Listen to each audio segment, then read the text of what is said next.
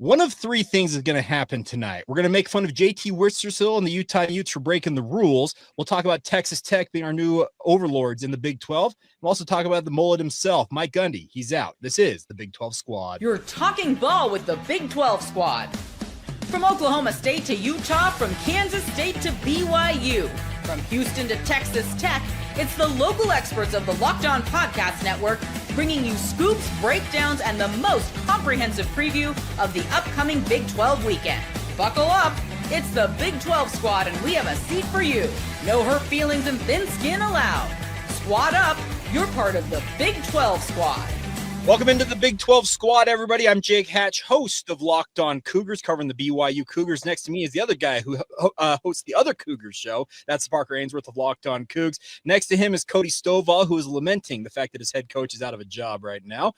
Christian Rau from Locked On Kansas State. That's a great old school hat we got going on from Christian right now. Kevin Borba, my arch nemesis this week from the Colorado Buffaloes, Locked On Buffs. Nick Maravitz of Locked On Cyclones, just below that. Derek Johnson, Locked On Jayhawks.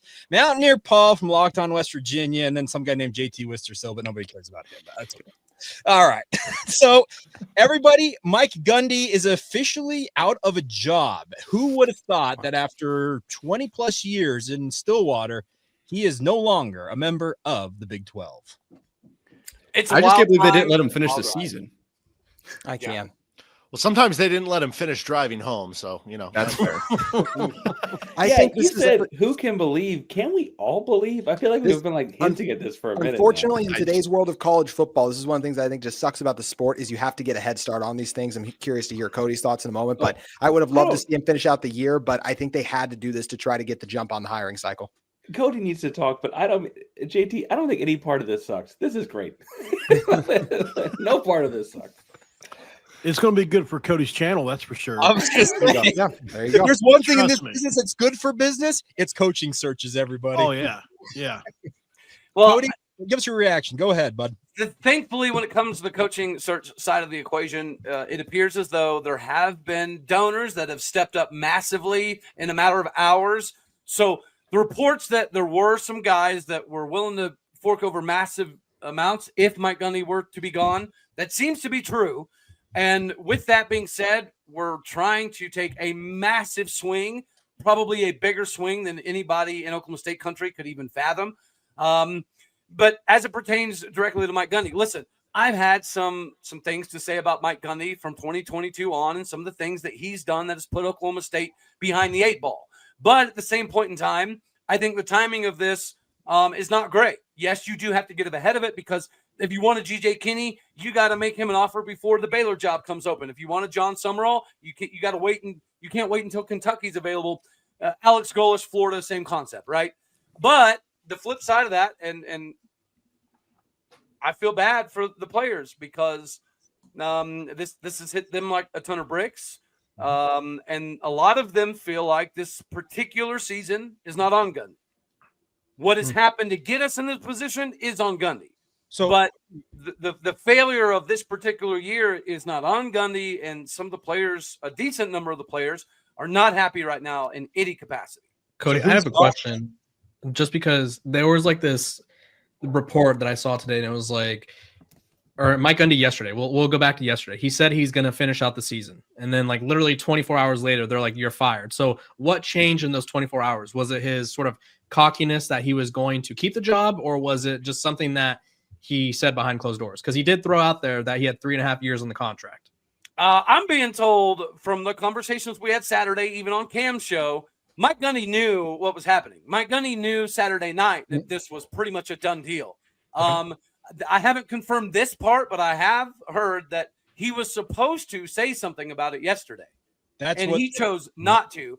He chose to force Oklahoma State's hand today to make Oklahoma State look like the bad guys. If that is true, that last amount of gamesmanship on his way out, it's equal parts funny and slightly concerning, right? It's Mike Gundy. Arguably the best game plan he's had in probably 2 years, right? he knew they weren't going to do it on the anniversary of the I'm a Man speech. Do you think he gets another coaching job, or do you think he goes to TV? Gosh, no. He's got to go to TV. I don't know. I think he'd be pretty entertaining.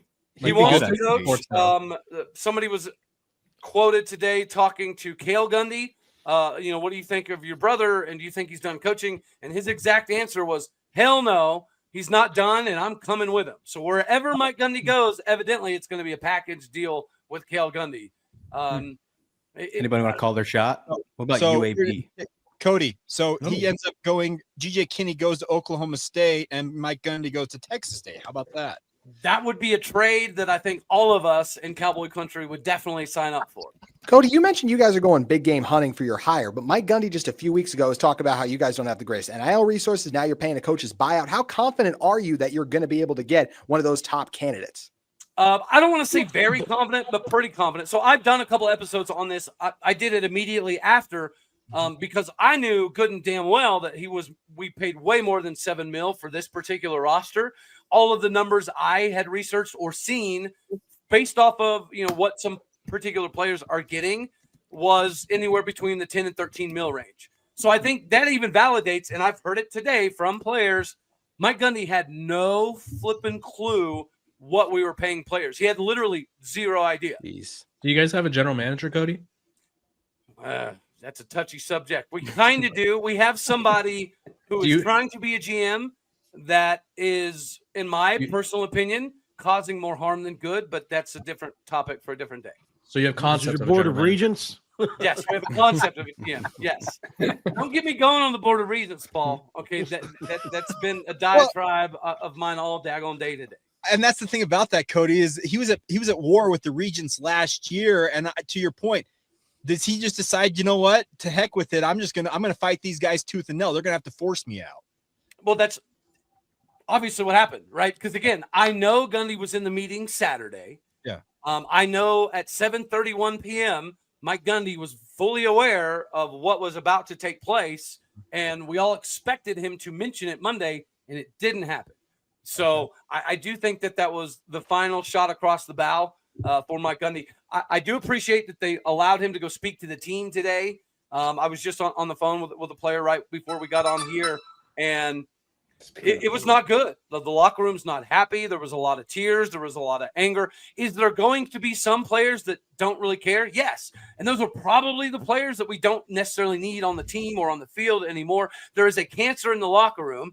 Part of that is on Gundy, sure. But part of it is just simply the fact that we have more guys concerned about jewelry, NIL, all this other crap than Oklahoma State University. They don't care about Cowboy culture. They don't care if we win another game all flipping season. To me, that is the biggest problem. So if we're going to have a portion of a mass exodus, those dudes need to go first because they do exist. They are out there, and our coaches know exactly who they are.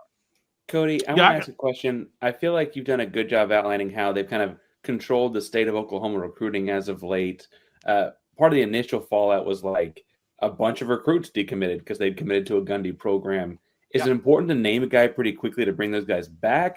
Is it possible to bring those guys back? That was frankly, felt like a big win for a program that hadn't had one in a while.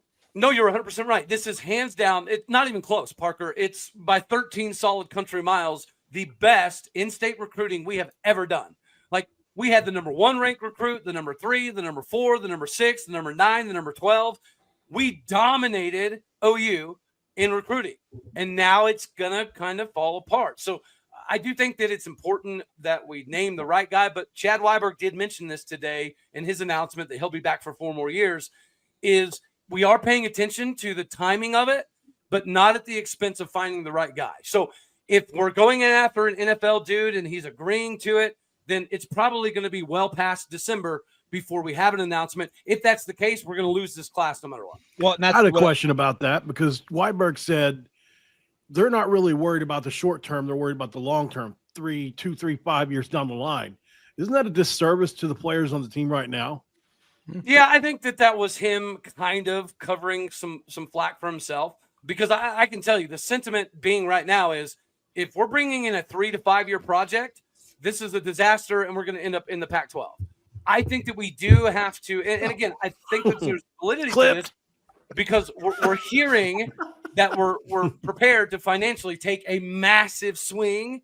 Okay. I only think you're doing that if you know you have to win now. Does that mean we have to win next season? No. But I think if you look what Lance Leipold did at KU, you look what Willie Fritz has done at KU, and even to some degree climbing at K-State, you don't have to win immediately. But year 2, year 3, in today's age of college football, you have to show significant signs of improvement. So I don't think that Chad Weiberg is willing to take a step backwards. We're not going to go with a hire that is a project.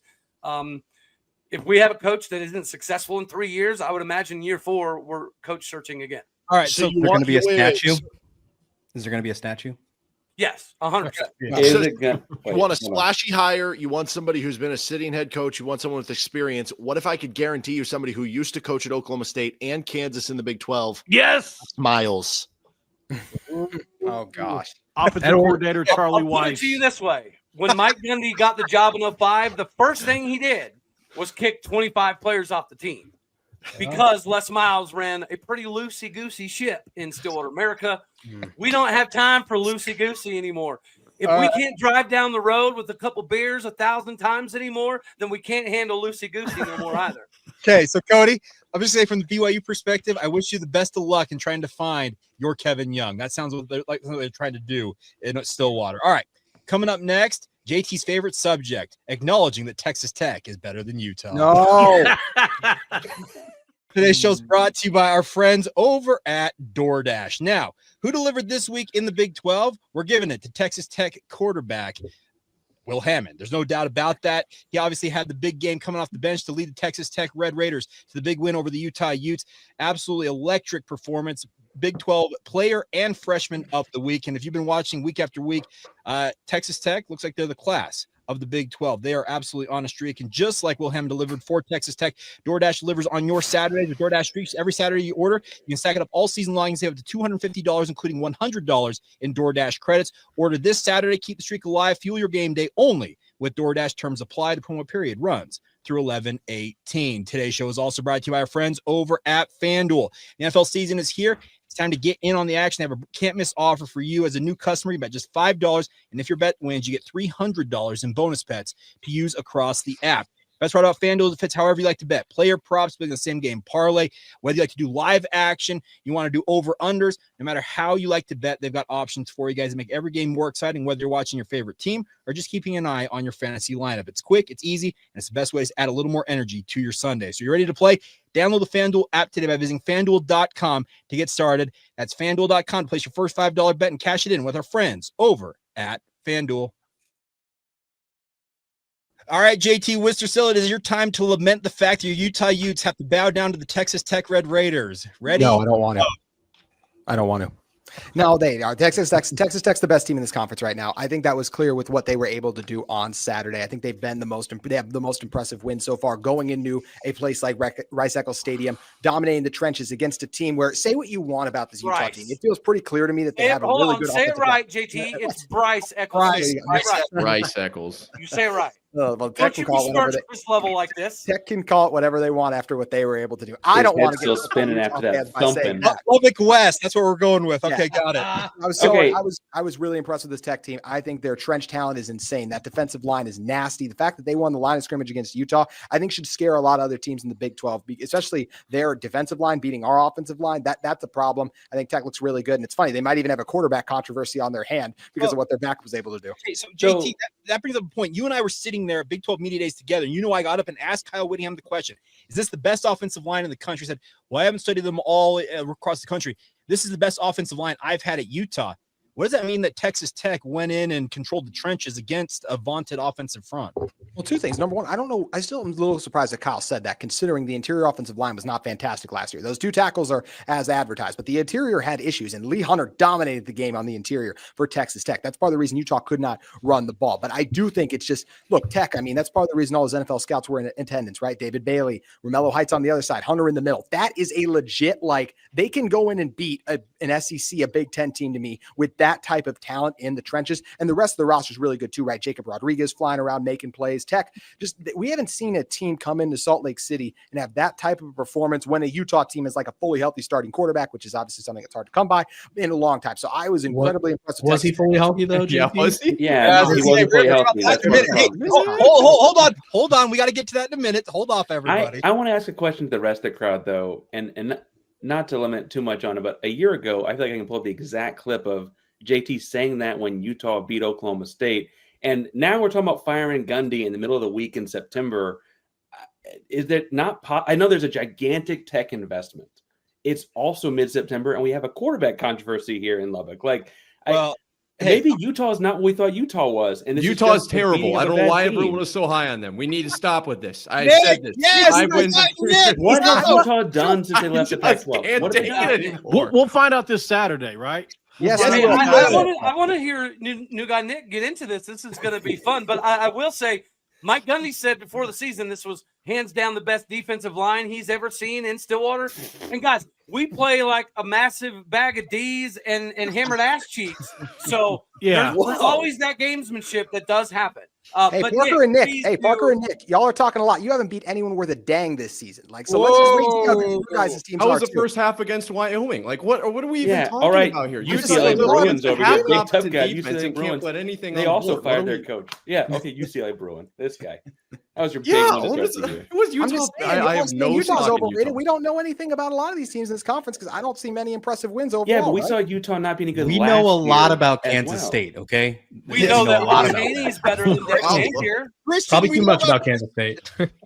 Probably too much about them and their familial issues. Yeah. JT, question though.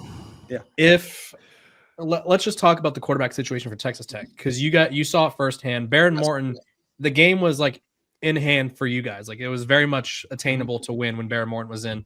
Then they put Will Hammond in and they scored, I think it was like 24 fourth quarter points. 21 on Do you think do you think Texas Tech has a quarterback dilemma problem, or they're going to go back to Baron Morton, who's spending his millions of NIL in hunting land? I think they found lightning in a bottle, and I don't think he will be able to replicate that being Hammond. I think he caught a worn-down Utah defense. I think JT. What? A Mormon quarterback playing in Salt Lake City for the Texas Tech Red Raiders. It had to happen. It did have exactly. It had to happen. I would be very cautious of throwing him out there with teams that have a game plan for him. And once again, that Utah defense had been on the field for so much time. Maybe he is the better guy. I'd stick with the veteran. I think when teams have an opportunity to game plan, and I think he caught Utah by a surprise a little bit, I would still roll with Morton. And I'd be shocked if Texas Tech didn't, although they have a really nice 1-2 quarterback situation. I'm jealous. Is that what it's like to have a good backup quarterback? Yeah, it is. Texas Tech got Jet Duffy. That's what happened. Hammond is Jet Duffy came off the bench to destroy West Virginia 2 years in a row. He was the worst quarterback in the league. Football, though. He's now the guy that everyone on the fan base wants to start, and he may not start, but he's like the most popular guy because they're like, look at that dude, Will Hammond. I think Devin Dampier is phenomenal. But legit question, JT, is Devin Dampier still on the top 10, the Heisman dark horse list? He probably should be. I'm not talking crap. He is absent. I'm really not. He is absent, just as the take you had earlier in the season of I don't know why Oklahoma State and Utah aren't being mentioned in the same sentence because we may have lost this weekend, but we didn't lose to Tulsa. Listen, calm your tits, McGee. You just need to take a step down. What I was going to say was, I think Devin Dampier should be in the top 10. So should Rocco Beck. But since you so eloquently decided look very good this last week at Dampier, decided to ruffle some feathers here, we don't play Utah this year. That's okay. But you notice what just happened to Mike Gundy. It's going to happen to Kyle Whittingham as well, unless Utah does something miraculous. Guys, we have just witnessed it. You either live long enough to be the hero or you coach long enough just to become the villain, which is also why the Cowboys might be stealing a coach out of the Big 12 country. And it's not going to be a Kyle Whittingham because we just did the 60-year-old experiment and it didn't work. I do think Cody brings up a good point, though. These things. You're darn right, Cody does, Parker. the Nick Saban Why are you two exit friends on your all own of a sudden terms. now? You guys have been at each other's necks the last couple of episodes. I like that better. No, but Nick Saban's exit was very unique in that, he got to pick his time and left kind of without having any blemishes, right? He's like, I don't want this anymore, and just bounce. That doesn't happen. It always goes up. Background last year at Carolina. It always goes up in flames. Mm-hmm. Yep. Kyle Whittingham won't get to leave on his own terms because he's kind of already laid the groundwork that he doesn't want to coach beyond 65. This doesn't feel like flames. I think he turned 65 in November, or he might be 65 already. Well, he's past that. He's past that point of age. So here's what I'll say about Whit. I do feel like if this season went off the rails, I think there would be I don't know if Utah would pull the trigger and fire Kyle Whittingham, but I think there would be a very strong – what'd you say, Nick? Utah's not making a bowl game. I've got the schedule right here. Not Oklahoma State quarterback. Who wins the rest of the year? How are the overreactions on the show? We lost Oklahoma one State game. head coach Kyle We Whittingham. lost one game. Where's You I think a whole lot of BYU fans are going to be watching Locked On Cyclones. I'm just going to say I think that Witt will be able to go out on his own terms. But if Utah's a very bad season this year, I think there's going to be conversations of we don't want to let Morgan Scalley go out the door. Because if Chris was here, he can attest how legit that Utah defense was. Yes, the score got lopsided, y'all, but that Utah defense, I mean, they were on the field so much. They were really Can I help? Saturday. Can I help? That's full exactly circle what this one? happened to This us in topic. Kansas, really. Yeah, let me full circle this one real quick since we'll go back to Texas Tech. I know Chris isn't here, but this is something that we talked about this entire offseason, right? With NIL spending so much dang money and then they become a favorite right off the bat. Derek, I want to point at you because you just got a $300 million investment for this. So you get to be the expert on this question. Are we going to see more teams do exactly what Booth and Texas Tech have done? Or is this going to the new status quo? No, I think a lot of people are going to do it. I mean, Phil Knight has basically been doing it at Oregon, right? He just does it over like more installments Over and like over every year. again. I mean, He if just T keeps- Boone, yeah. if T Boone Pickens were still alive, BYU's got a bunch of people that are investing massive amounts in NIL right now. Yeah. Just ask Cam Stewart about those BYU people. Yes. Ren Baker, the press release we just All put right, out. so we're going to continue to dunk on JT here because apparently the Utah Utes decided to, play fast and loose with the rules. We'll get into that next as the Big 12 squad rolls on. Today's show is brought to you by our friends over at Mazda, moving the game forward. For those who believe it's not just about playing the game, it's about redefining it. These are the moments that do more than put points on the board. They move crowds, move culture, and keep moving the game forward. This week, the moment is, Will Hammond coming off the bench for the Texas Tech Red Raiders as he came off the bench to score 21 unanswered as Texas Tech beat the Utah Utes 34-10. It was an absolutely electric moment, and as such, he won a number of awards: Big 12 Player of the Week, Big 12 Freshman of the Week, and he very well may have Wally pipped his way to the starting job in Lubbock. When you move what follows you, the unexpected is only the beginning. And just like there's more to every highlight, there's more to every Mazda vehicle. Check it out with our friends over at Mazda. We like to say, move and be moved. Hey, I just want to say I appreciate you going from fast and loose straight to JT. How fitting of you, Jake Hatch. Fire away, sir. I have a question for Jake, though, before we get to JT. Because Wolf's been playing time with JT. Is Wally Pipp in this instance Baron Morton? Or is phrase is he got Wally pipped, but Baron Morton's the Wally Pipp in this, right? It's just that's a good point. It very well may be the opposite. I probably should use a different phrase, but that's a good point. Wally picked is whenever you're replaced by somebody that does better than you and never lets. Okay. Well, that's the thought that Will Hammond may be doing that very thing. Right.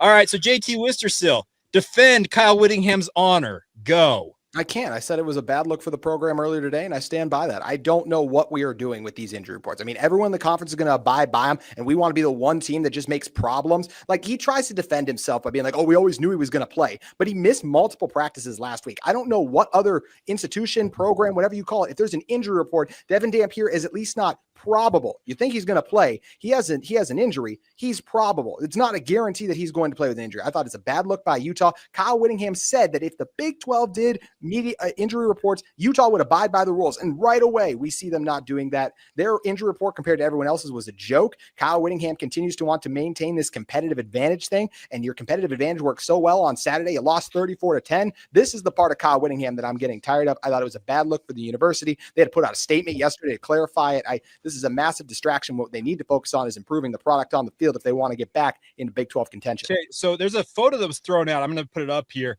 You see that big brace right there on that ankle? That's right. It was deleted last week. That was put out by Utah and then very quickly deleted, but obviously the internet lives on forever, everybody.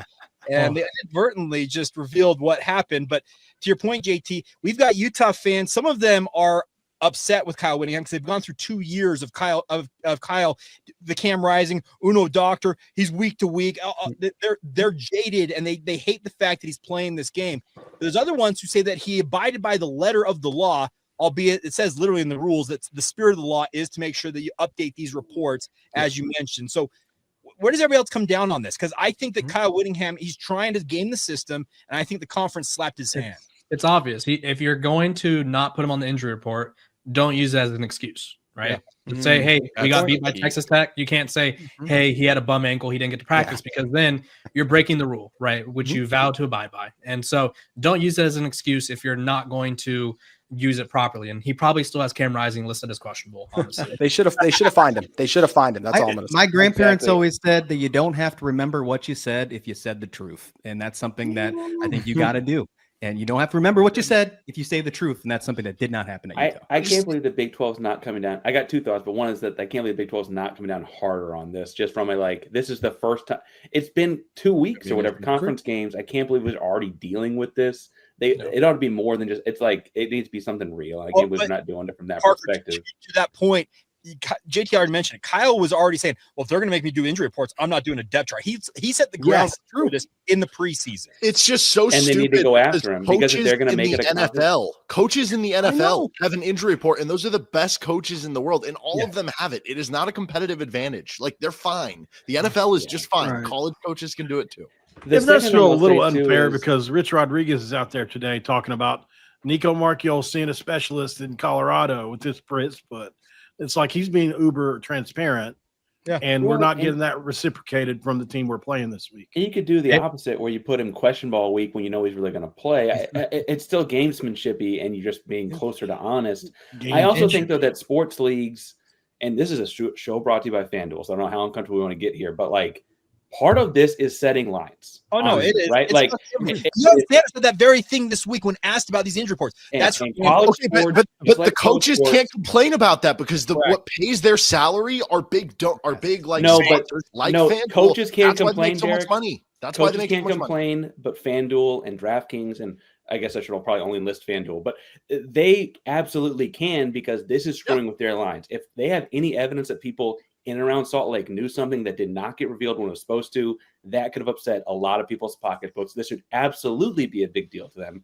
And it's not a big deal to the coaches, although I think the Big 12 should get involved. Those companies are sponsoring and funding a lot of what's happening in athletics, both collegiately and pro. And that's a big deal that they could have lost an unknown amount of money, but it could have been a lot of money if just a few people knew. And if you're going to use an excuse, don't you want it out in the public to begin with?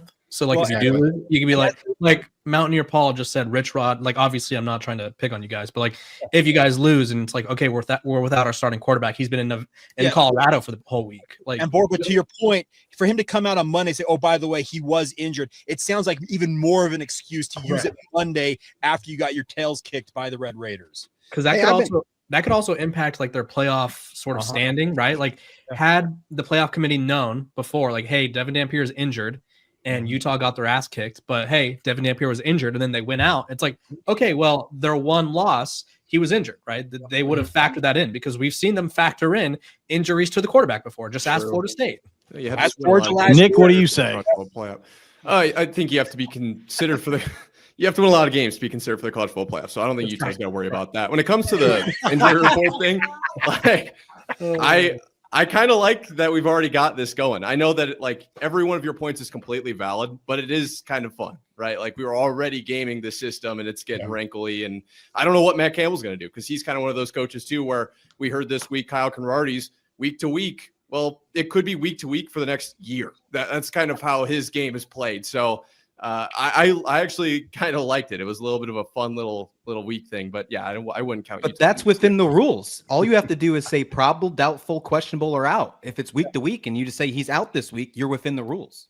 Right. And if he was technically 100% guaranteed to play, that is that not what it's stated as? The way I interpreted it was they did technically follow the rule, but I do agree with Kevin here. You can't go back now and say, that's why.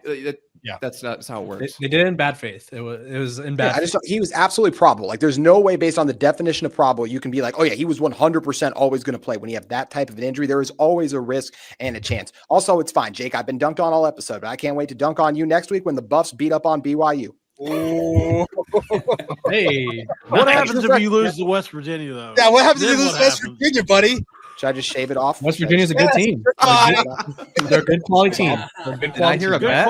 Did I hear a bet being here at the end of the episode? I will say that Nobody in here better lose to Oklahoma State this year, or I'm going to. Well, it was a question I was going to ask earlier, Cody. Does Oklahoma State just light their rear ends on fire the rest of this season and win out, or is this going to completely demoralize the team? I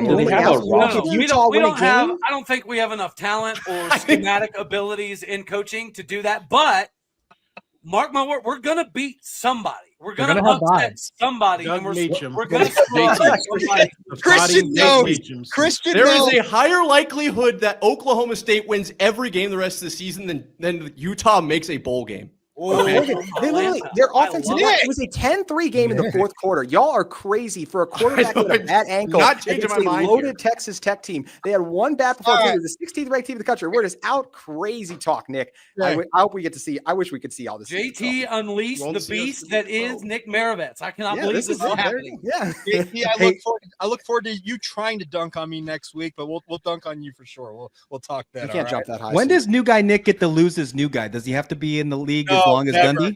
Yeah, it'll always be new guy Nick. I'm sorry. New guy Nick. That's just the nickname. That's just He just started. He just started like yesterday. All right, everybody. Well, thank you to everybody for tuning in. That is Parker Ainsworth next to me, Locked On Cougs, covering the Houston Cougars. Cody Stovall's in the middle of a coaching search with Locked On Oklahoma State. Christian Raul, I don't know what Kansas State's doing over here, but they'll figure it out as they go along. They don't either. Kevin Moore from Locked On Buffs. He and I are mortal enemies, as I mentioned this week. Nick Maravitz from Locked On Cyclones. Right below me, next to him, Derek Johnson from Locked On Jayhawks Mountaineer. Paul from Locked On West Virginia. And, of course, JT was still Where are Drake and Cam? Of Locked On Utes. Who the heck knows? I got asked like 10 minutes before this thing started to host it. So, as always, thank you to everyone for tuning in. I'm Jake Hatch, host of Locked On BYU Cougars. And until next week, this has been the Big 12 Squad.